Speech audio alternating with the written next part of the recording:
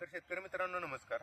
आज आपण बघायला गेलं तर द्राक्ष पिकामध्ये सगळ्यात भेडसावणारा त्रास किंवा सगळ्यात भेडसावणारा प्रॉब्लेम म्हणजे काय तर गोळीगड किंवा गडजीर्ण सुरुवातीच्या काळामध्ये. तर याच्या मागचं कारण काय?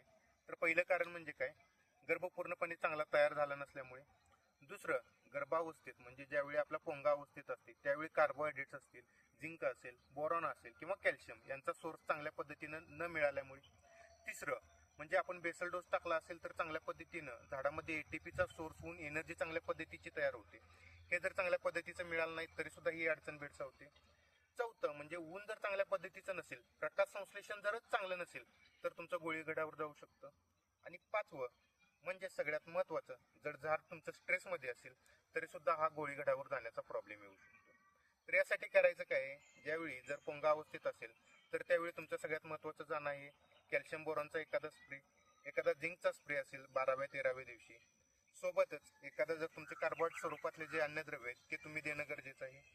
किंवा एखादा स्ट्रेस एलिमेंट जरी दिला तोही चांगल्या पद्धतीचा तुमच्या ठिकाणी किंवा काडे अवस्थेत पोंगा अवस्थेत चांगल्या पद्धतीनं काम करून जे घड जिरण्याची समस्या आहे ती चांगल्या पद्धतीने